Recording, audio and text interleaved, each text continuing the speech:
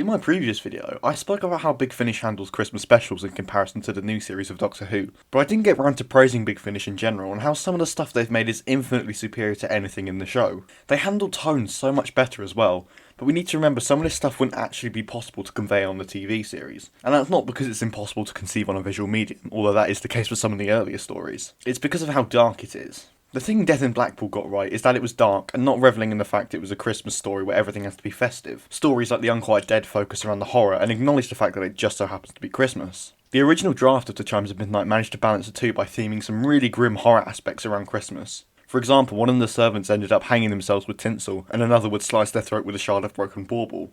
The final cut isn't as Christmas themed as the original draft, but is still very dark. If you couldn't tell, I'm a morbid little shit. Hopefully this has been portrayed in some of our videos. The channel is literally called Cynical Who. Either way, I feel like I have more of a place in the early Big Finish catalogue when they weren't afraid to push slightly more provocative themes into their work and go down the rabbit hole. My favourite Doctor Who story ever is a Big Finish play called Scherzo, and it doesn't even take place in a physical realm. It's just the Doctor and his companion fucking about in a white void for 90 minutes, and those 90 minutes are better than anything you could ever hope to achieve from a TV show. My other favourite Big Finish audio is obviously not as good as Scherzo, but I'd say is better than anything we've been given since Series 1, maybe with the exception of Midnight or Human Nature. It's probably worth noting that I'm incredibly biased to the early 2000s McGann audios.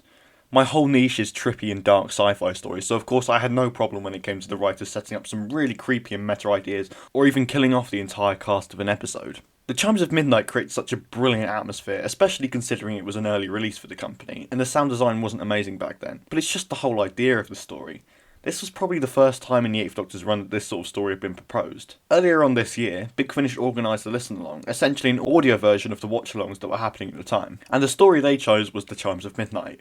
Now to anyone who's listened to all of the 8th Doctor Big Finish stories, firstly, God help your bank account, and secondly, you'll know how reliant on previous continuity this one is. So it may seem odd for it to be the one Big Finish handout to a massive audience, quite a lot of hadn't heard any Big Finish at this point. Despite that, it still held up with a pretty good reception from those who listened. The Chimes of Midnight isn't too heavily reliant on past adventures, not as much as stories like Neverland or The Next Life, but I'd say the least you would have had to listen to so you could understand Chimes is probably Storm Warning. I'd just recommend listening from Storm Warning all the way through to The Girl Who Never Was either way. It will cost you lots, but it's worth not having your brain scrambled if you start listening to Zagreus when the only thing you've ever listened to on audio is that free copy of the Resurrection Casket that every single Doctor Who fan undoubtedly has in their collection somewhere. This story is also one of the main results of the Web of Time fracturing due to events that took place in Storm Warning. This would later become the centre point of the series arc that would continue until Zagreus, and would become the catalyst for the Divergent arc. Robert Shearman had written for Big Finish twice before this, and out of the one I have heard, it was really good. The Maltese Penguin wasn't as out there as his later stuff would turn out to be, but I really enjoyed it as the black comedy detective thriller that it succeeded at being. A large proportion of the videos on this channel at least contain a trace of black comedy, because again, me and Max are sardonic c***s. There's a good amount of black comedy in The Chimes of Midnight, but not enough to deter you from the story at hand. I'm glad it was retained to Shearman's more obtuse scripts. I'd hate it if halfway through Dalek, Christopher Eccleston started cracking jokes about the fact that his entire race is dead and his friend has just been murdered in cold blood by a ruthless killing machine. The Chimes of Midnight just dares to be so strange in its first act and gets away with the slithers of black comedy woven throughout. Even on multiple re-listens, it still has the same effect on me that it did when I first listened to it. Apart from the strong bursts of anger when I'm about to find out who Edward Grove is, and then a voice tells me at maximum volume that I could get Spotify Premium by paying a small fortune each month. Mocking us. Whatever this force is, it's mocking us. Do you know what no one ever talks about? The benefits of Spotify Premium?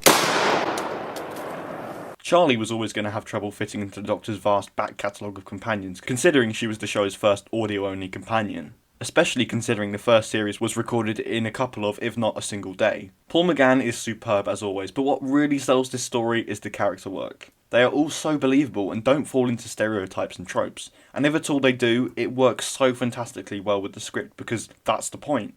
These aren't real people, they're based off of Charlie's memories, but in turn are all made up to be a part of the murder mystery that's been set up. The fact the story acknowledges that it's following a classic murder mystery formula is what sets it apart from others. It's self-aware. This is until it stops acknowledging the fact it's following a predictable narrative, and the whole episode gets flipped on its head when the previous murders come back to life and start acting out their usual chores as if nothing happened. It gets really trippy when the characters start suspecting themselves as the murderers, because they've concluded that they did it even though they didn't. The trippy side of the script is what brings Chimes of Midnight home for me. I will admit there was a point when I would listen to this story and find part 4 sluggish and convoluted, but upon my re-listen for this review I can say I don't have that problem anymore. I try not to wear out the CD. I only get it off the shelf once a year around the festive period because Christmas wouldn't be Christmas without Chimes of Midnight. It's a veritable masterpiece. I've always loved it, ever since I was a little girl. I would always play it on my gramophone. Or was it a stereo? No, the stereo hasn't been invented yet. Edward Groves. Oh, why am I here? I have no right to critique such a veritable masterpiece. A YouTuber with a Big Finish writer. The very idea. Oh, that such a thing could happen in my kitchen. I wouldn't expect you to eat a mug with all that kind of warning.